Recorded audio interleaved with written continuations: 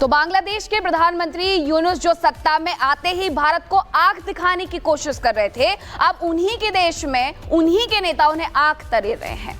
बदलाव के नाम पर सत्ता के शीर्ष पर बैठे शेख यूनुस के खिलाफ अब बगावत के सुर मजबूत दिख रहे हैं, जिन्होंने अपने देश में भड़की हिंसा को ना तो कम किया और ना ही रोका, और अब खुद भी सत्ता गंवाने की कगार पर पहुंच गए हैं। आखिरकार ऐसा क्यों हुआ, इस रिपोर्ट में आपको दिखाएंगे।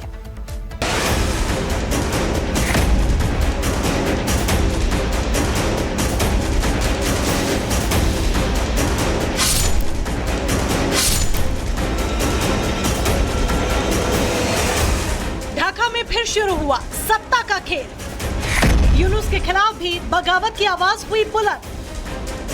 बदलाव के नाम पर बांग्लादेश की सत्ता की मलाई खा रहे शेख यूनुस के खिलाफ अब उन्हीं के साथ ही बगावत करने के मूड में आ गए हैं।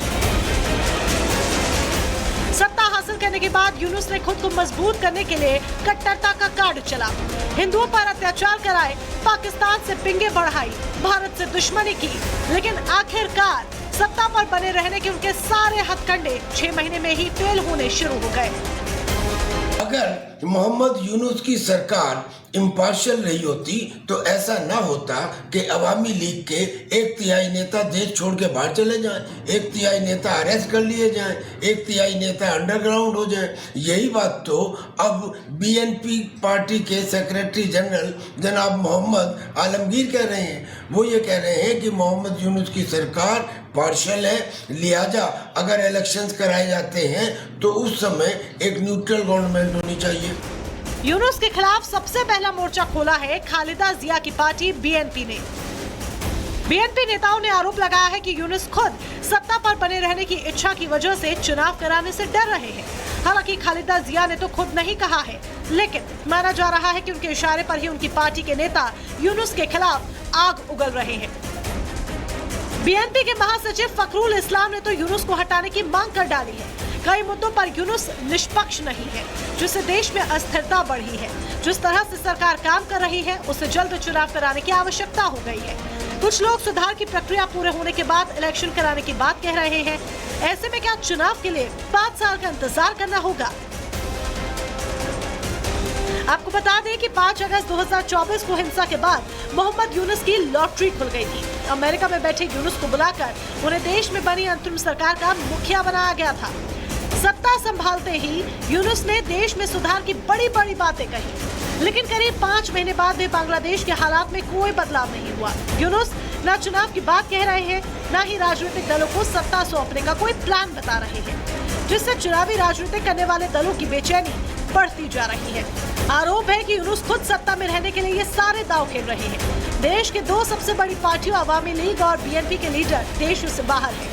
दोनों की वापसी की कोई संभावना नहीं दिख रही। दबी जुबान में दोनों दलों के नेता अब दावा कर रहे हैं कि यूनुस खुद चाहते हैं कि देश में कोई बड़ा नेता ना बचे, जिससे उन पर कोई भी सियासी दबाव न बन पाए। इसीलिए यूनुस चुनाव कराने में देरी कर रहे हैं, लेकिन उनके खिलाफ अब राजनीतिक दलों का गुस्सा बढ़ता जा रहा है, जिसका सीधा असर जल्द ही दिखना शुरू हो सकता है। Bureau report, Republic Bharat.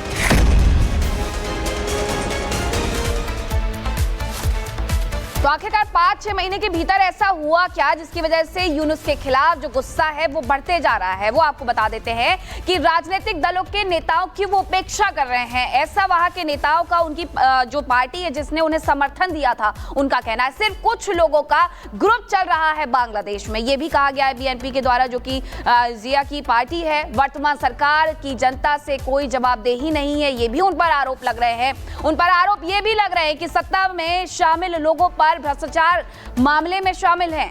देश की अर्थव्यवस्था एक्सपोर्ट गर्त में जा रहा है। कट्टरपंथियों का सरकारी कामकाज में दखल बढ़ गया है, ये भी उन पर आरोप लग रहे हैं। और आरोप लग रहे हैं कि प्रशासनिक रूप से देश में कोई परिवर्तन हुआ ही नहीं। तो पाकिस्तान में बवाल अब आम बात हो गई है। गिरती अर्थव्यवस्था के साथ साथ वहां नेताओं का रवैया भी गिरता जा रहा है, जो कि अब जग जाहिर है। पाकिस्तानी नेताओं की बदसलूकी का एक ऐसा ही वीडियो है जो कि अब वायरल हो रहा है, जिसमें पीटीआई नेता ने पाकिस्तान के पंजाब प्रांत की सीएम मरियम नवाज के लिए गलत शब्दों का इस्तेमाल किया। फिर क्या था, विरोध में पीएमएलएन के जो प्रवक्ता है, दोनों ही लाइव डिबेट में लात घूंसे चलाने लग जाते हैं। आलम यह हो जाता है कि दोनों को अलग करने के लिए टीवी चैनल के लोगों को आना पड़ता है। लेकिन मरियम पर बवाल क्यों मचा, इस रिपोर्ट में आपको दिखाएंगे। नाजायज मरियम कैसे नाजायज? नाजायज है कैसे नाजायज? जैसे तुम बकवास कर रहे हो। मरियम के नाम पर पाकिस्तान में घमासान।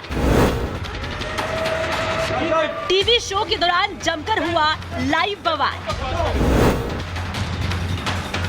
पाकिस्तानी नेता हो, प्रवक्ता हो या आम आदमी, जहां भी रहते हैं अपनी समझ, शिक्षा और संस्कार का प्रदर्शन करते रहते हैं। ताजा मामला भी कुछ ऐसा ही है, जहां लाइव टीवी डिबेट के दौरान मारपीट होने लगी। कैमरे के सामने ही प्रवक्ताओं ने एक दूसरे का कॉलर पकड़कर गालियां दी और एक दूसरे के साथ हाथापाई की।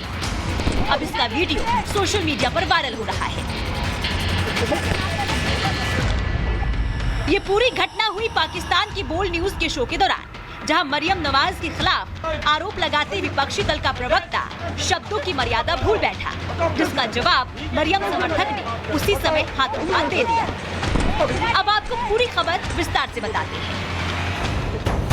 पाकिस्तानी एंकर फिजा अहमद ने पाकिस्तान के सियासी हालात पर एक डिबेट रखी थी।